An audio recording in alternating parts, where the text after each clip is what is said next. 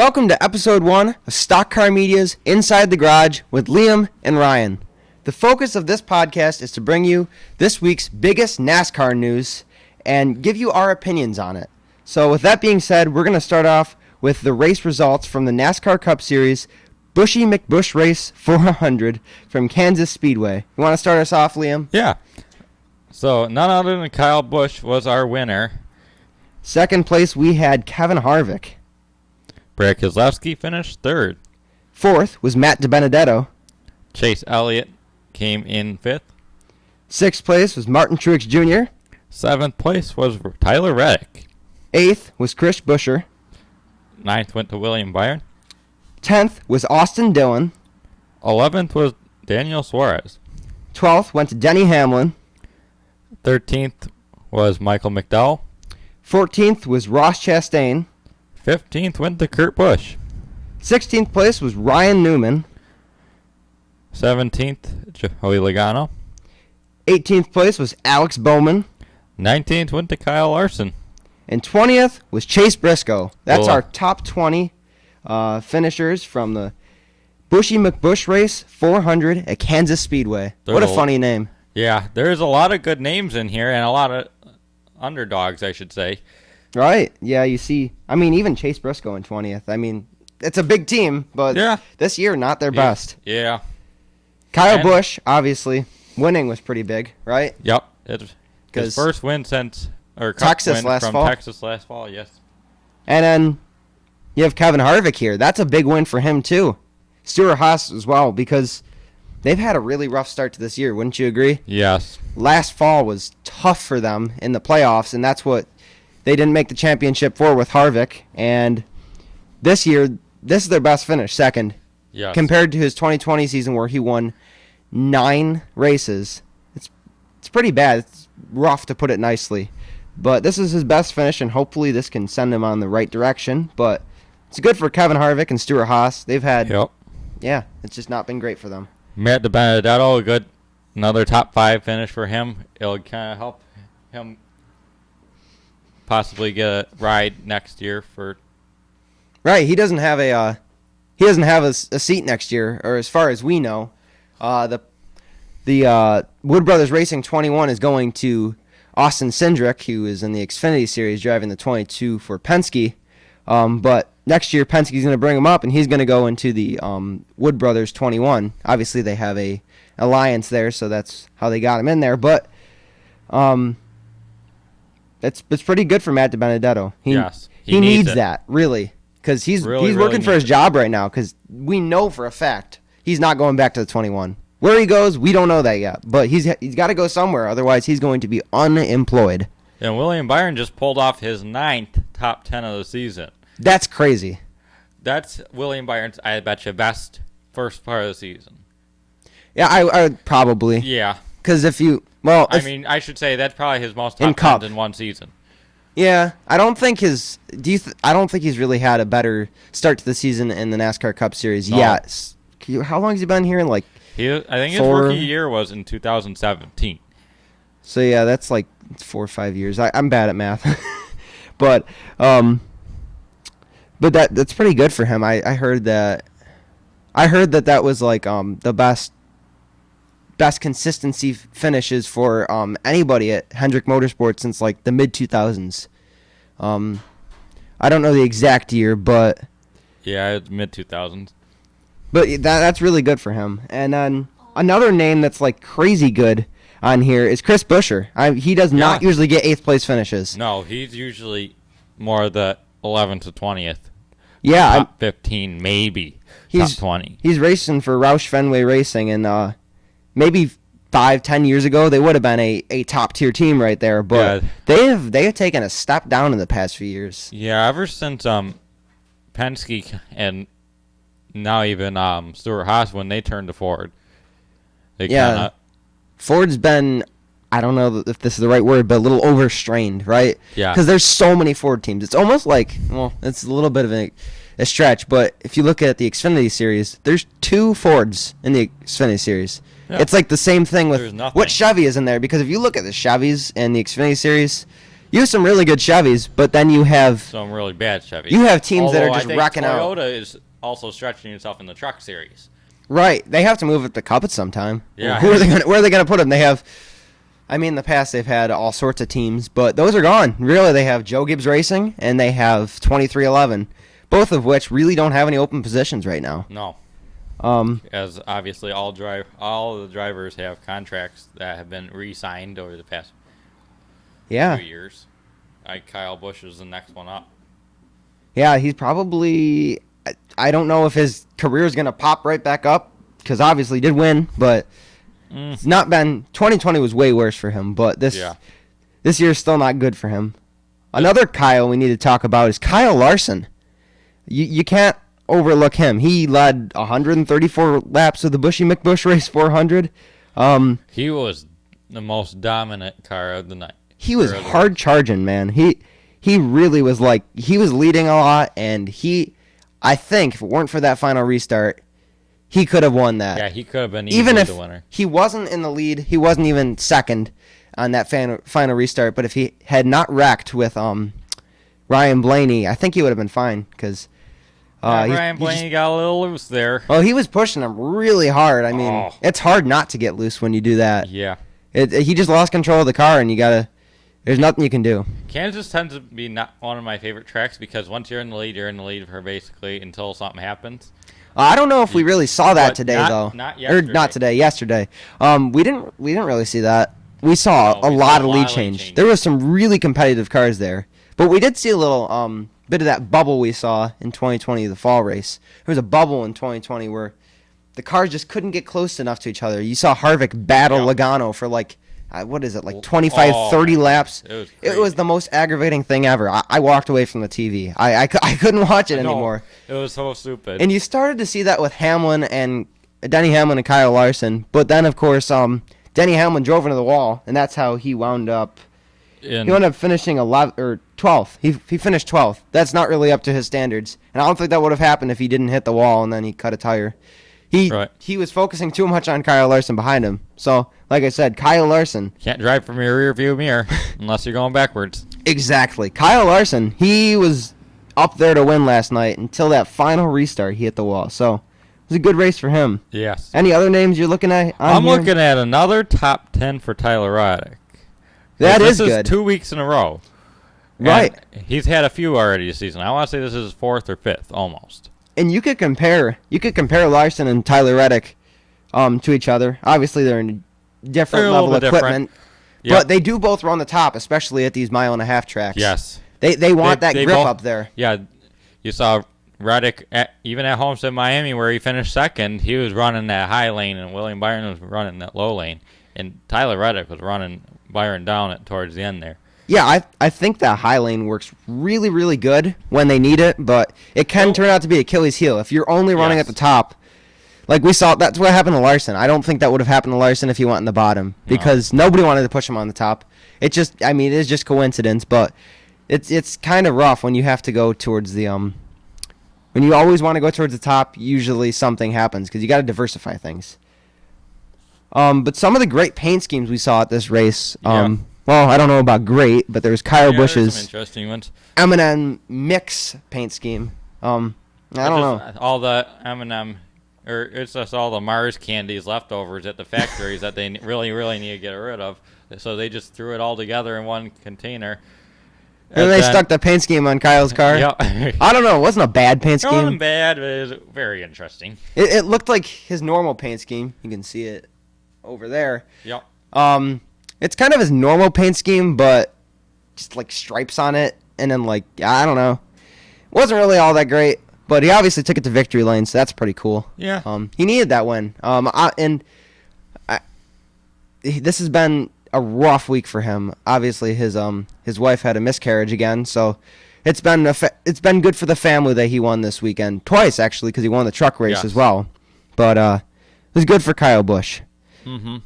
De Benedetto again. We were talking about him before, but this Dickies paint scheme. Oh my goodness, it's pretty bright color. Yeah, it's better than the Menards yellow, honestly. Yeah, and it had Menards on the side. Yes. And I'm happy Menards strayed a little bit from that bright almost green that they always use. It's always blinding. Because, well, It's the 12 for Ryan Blaney. They keep on showing this ugly paint scheme.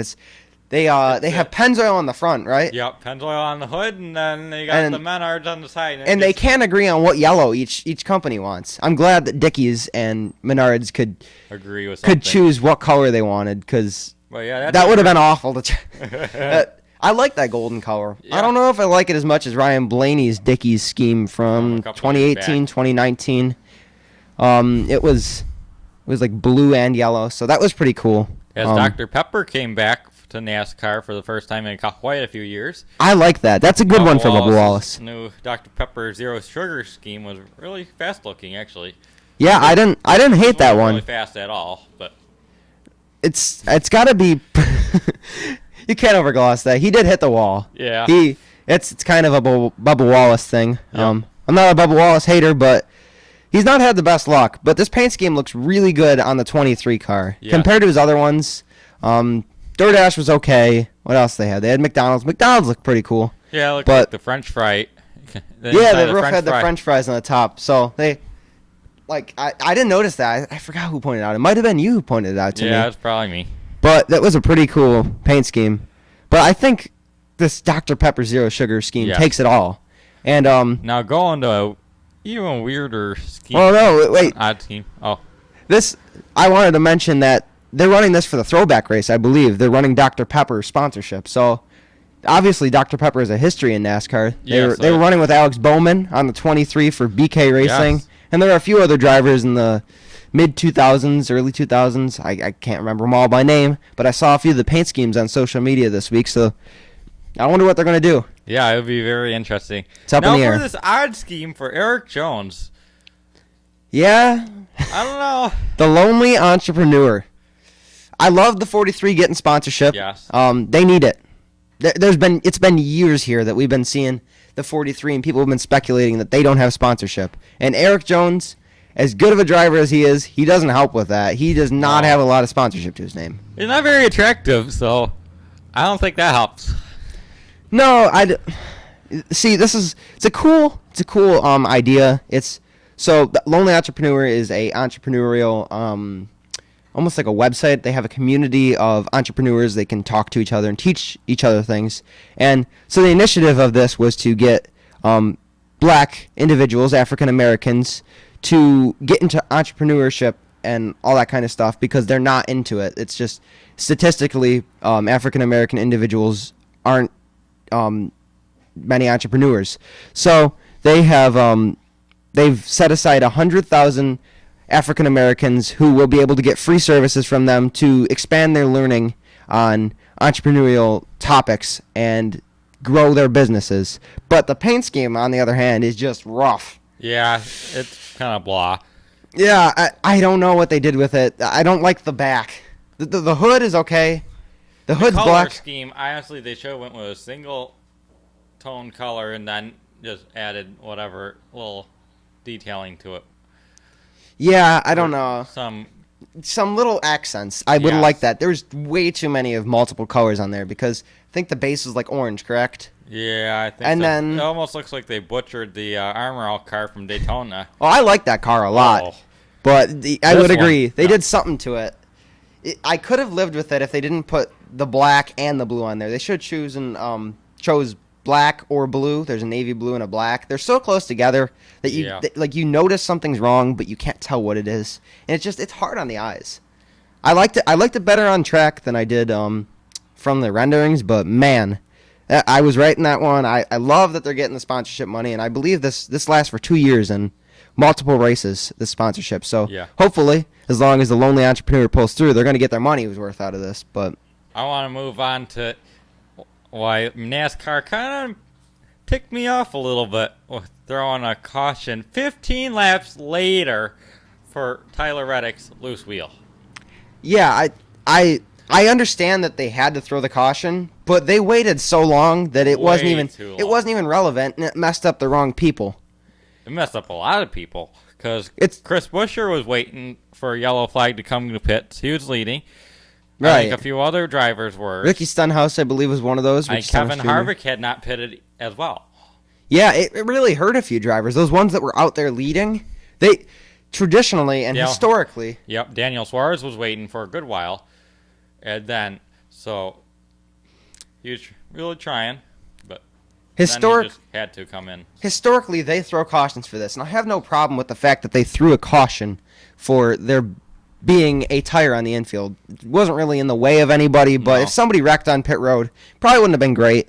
But the fact that they waited 15 laps later, by that point, I've given up on the fact. I said, okay, maybe they changed their mind. Maybe they're not throwing a caution. That's kind of silly that they weren't. The dumbest idea I think NASCAR has done this season. It's almost, it's right up there with when at the Daytona road course, it looked like it might start raining, and they made everybody, they threw the caution to give everybody the opportunity to go to pits and put on rain tires. Yes. But nobody chose to do so. That was stupid. They should have left that up to the teams. Yeah. It should have been their choice. It's almost like the opposite thing, but it was both NASCAR making a decision that the teams really didn't care about. Yes. And yeah, it's mild race manipulation, because people like Chris Buescher, they're waiting out there. They're thinking they got to throw a caution at some point, because otherwise they're going to wind up in the back of the field when they have to pit. Exactly. They don't want to do a green flag. Yeah, they don't want to go a green flag or do a green flag stop, because they're going to, if they have an opportunity, 30th, or at least 2 laps down almost on some of the smaller tracks. I know, right? And a half, so they usually only got 1. But I know, it's just tough on them. But a positive that we saw this week had to be, it's a positive depending on who you're with, but I think it's great to have new teams in the NASCAR Cup Series, and one of those new teams will be Kaulig Racing. We've seen them make 4 Cup starts so far throughout their time it was actually in 3. NASCAR. They didn't have any in 2020. They had one in 2019, I believe. They had 3 this year, and they had one in 2019, because they had Justin Haley in 2019. Oh, that's true.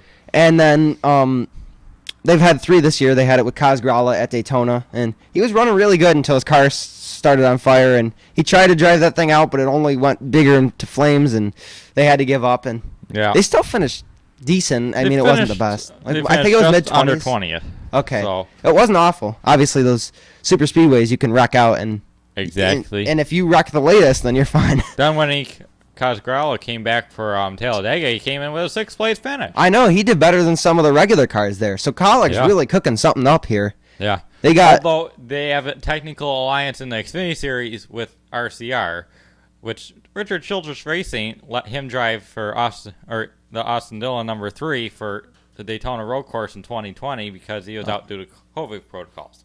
Yeah, so I mean, he has experience. I'm not degrading Kaz Grala at all, and I think if they put him in the car full time, which I almost forgot about saying, they are thinking about at least 1 car to bring in the Cup Series full time in 2022. And so they said at least 1 car. They said maybe 2. Could they be jumping ahead of their game by thinking maybe 2 coming in? I know, it might put them down a little bit. Might slow them. It might set them back a little bit with their kind of experiments, I should say, because look at 2311 Racing. They were planning on expanding probably next year, but honestly, I don't foresee it happening. They really need to work on their current driver, Bubba Wallace.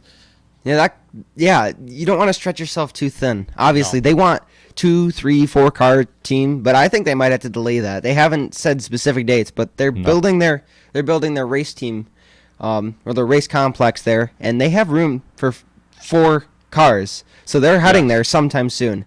And they really got to work with what they got right now, because it's not going well for them. But who in the world is Kaulig going to even bring?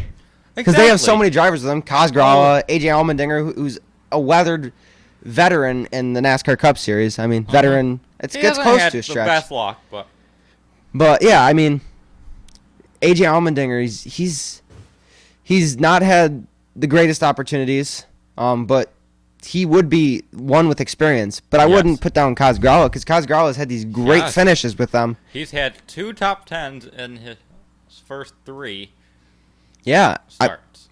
And he's an all-around racer. Like, obviously, they've only been using him for the super speedways. But if you look at the races that he raced for RCR at the Daytona Road Course, he finished well there too. Yeah, he finished 7th. That he's not a bad racer, No. and it's funny that this is really his first opportunity getting all the way up here to Cup. I wouldn't be surprised if they chose him. Yeah, he was a part-time driver for RCR last year for the Xfinity Series number 21. Right, and they had a lot of part-time drivers last year. Yes. But so he obviously doesn't have a ride there anymore, but Surprised he wasn't picked to run the number 2. Yeah, he'd be a really solid But he was also pick. picked up by colleague for part-time in the Cup, so yeah. they didn't really want him doing double duty. And Justin Haley's Doing double duty. Well, Justin Haley obviously could be a pick for them. It depends on Yes, he races for them in the Xfinity Series. He runs the number 11. Right, and So if he's that wouldn't be a bad pick, but I think Spire's got him signed up and consideration as well. locked up there. So who knows with that? But another name we didn't even mention at all here, and I forgot to mention a few things here. But Matt Mills, he's an Xfinity Series racer, and he has 79 starts in the Xfinity Series. But he just made his Cup Series debut yesterday at Kansas Speedway. His best finish in the Xfinity Series was a top 10, and it came at Daytona in 2019. Yep.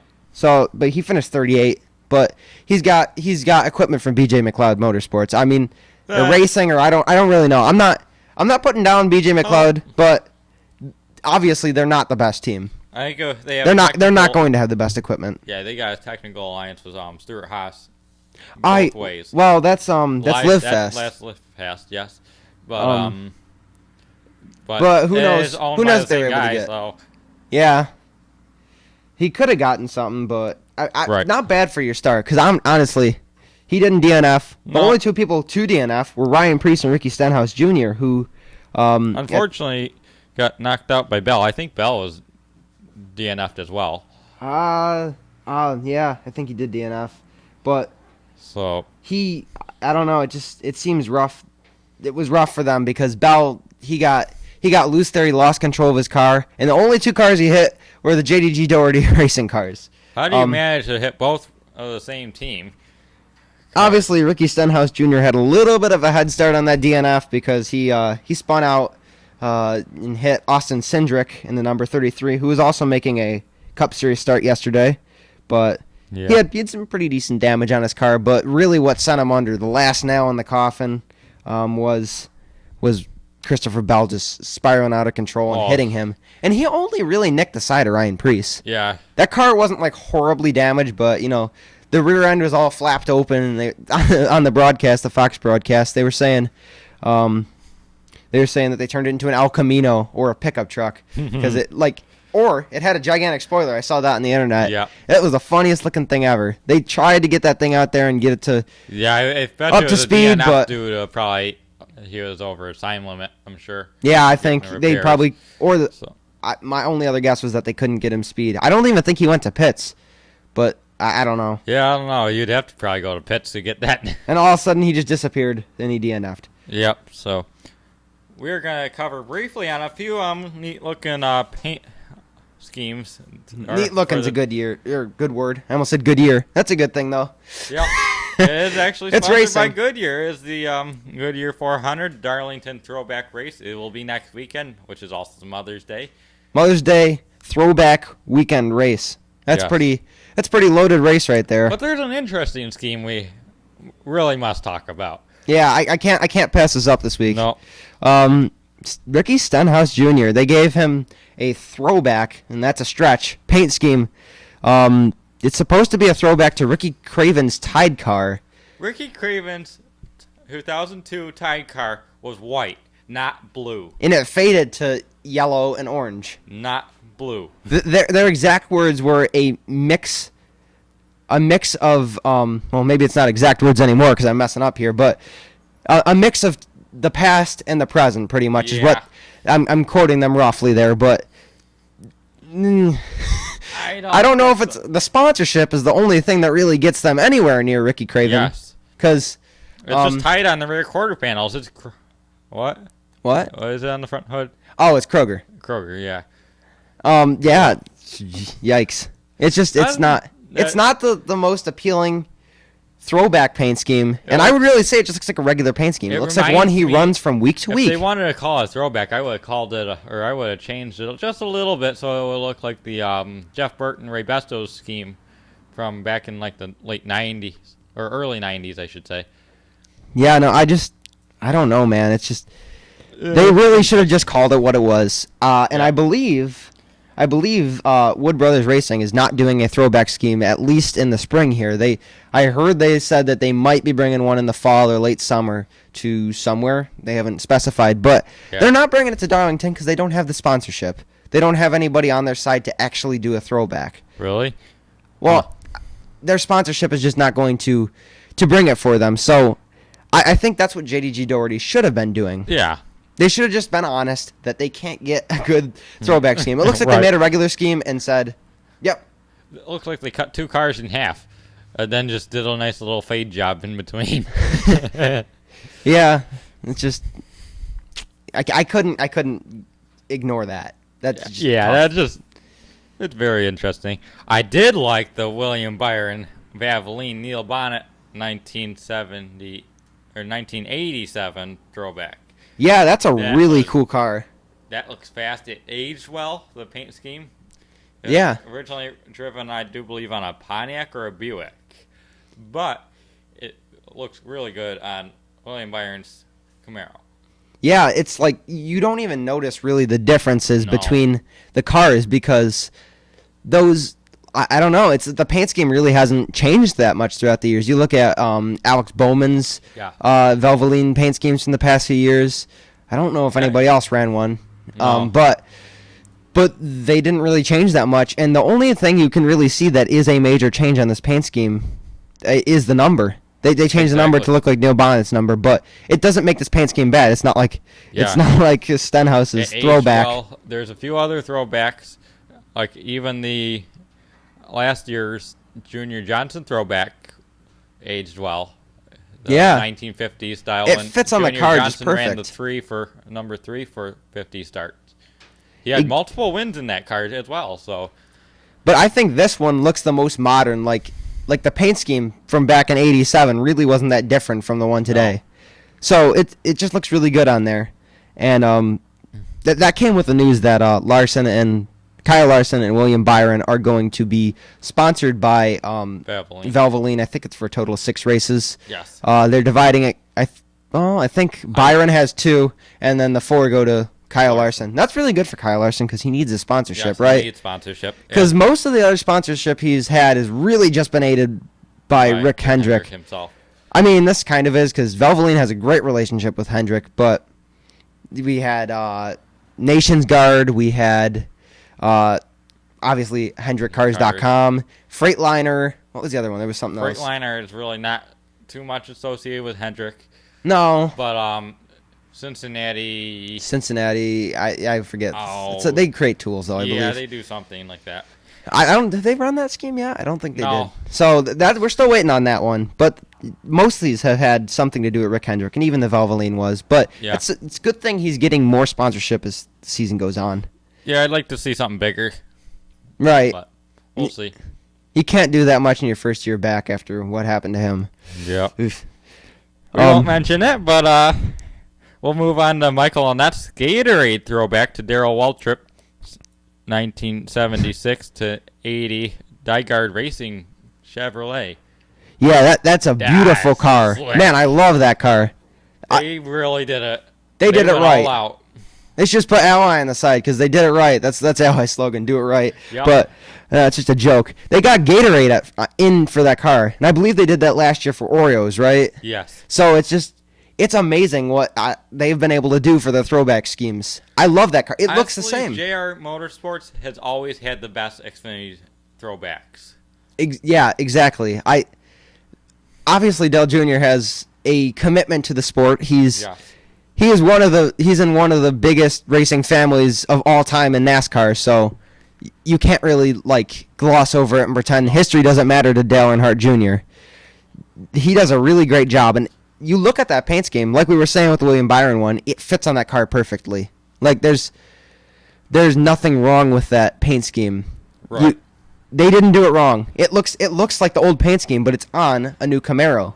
So I applaud them for that one. This is another one I couldn't ignore. Like, just a beautiful paint scheme, and it might be some of the photo work, because I did see photos that weren't edited and they didn't look nearly as good. But honestly, I think it looks really. It's gonna look great on the track. So it's just like that's just perfect. And overall, I think. Well, I don't know what's happening for Gregson. We don't know a lot of the cars that are. We know one for. We got one coming for. We're speaking Justin Xfinity, Allgaier. by the way. Yep, Justin Allgaier. Oh yeah, we do know about We got that. the what is that? It's supposed to look like the Tasmanian Devil Dale team from Dale Earnhardt. Dale Earnhardt, which he ran in the 2000 Daytona 500. Yeah, I like the original scheme, but I do see the resemblances. But it's great in its own right. It's not exactly the same, and I like it. It has a good humor. Ice cream guy in a ice cream cone, kind of representing Tasmanian Devil. I didn't really know what it was at first. I couldn't tell it was a throwback. I could recognize it right off the bat. It took me a second, and I realized it. But we don't know where all these. This is Xfinity we're talking about, but we don't know where really all the paint schemes. Like we said, Bubba Wallace. Yep. We don't know what his Dr. Pepper throwback is going to be. We don't know what a lot of these throwbacks are going to be, and that's only a week away. Yes. So what we're going to do is we are going to come back to you guys in likely a week after the race, unfortunately, because you want to get all the paint schemes in, right? You don't want to miss any of them. No. So I'm completely fine with talking about this after the Darlington Goodyear 400 throwback Mother's Day race. That's a mouthful right there, but special episode. So it'll be a special episode. For that. Yeah, we're just gonna go gloss over all the really good paint schemes of each series. Gonna try and not leave out any Cup ones, because obviously there's the abysmal Stenhouse throwback. So yikes! But that's all we got really for this episode. This is all of the biggest news from this week. We wanted to bring that to you so you guys stay informed. But if you want to stay the most informed, you can always visit our website, I'm going to mess this up, www.stockcarmedia.blogspot.com. We're there all the time. We're updating you with the latest news in the NASCAR Cup Series, the Xfinity Series, the Truck Series, and sometimes even ARCA too. So if you really want the up-to-date stuff that's not a week old, I mean, not all of this is a week old, but go there, check that out. We're also on Facebook, Instagram, Twitter. We're most active. Yeah, we're most active on Twitter and Facebook, but you can find us on Instagram too. Stock Car Media. Just search it up. We'll have the links for that in the description. Alongside our, we're going to be coming out with some merchandise with our Stock Car Media logo on it. That's going to be exciting. It's going to be a little starter thing here. It's not going to rocket off and go nuts, but we're going to need to get started on as much as we can. So if you're looking for any of that, it should be in the description. All those links, you can find them there. And thank you for tuning into this first episode. We really appreciate your support. And be sure to come back next week for episode 2. Episode 2. Special episode after the throwback race. Yeah, we're going to have all the greatest news and paint schemes for you. So keep an eye out for that. Thank you. Have a good day.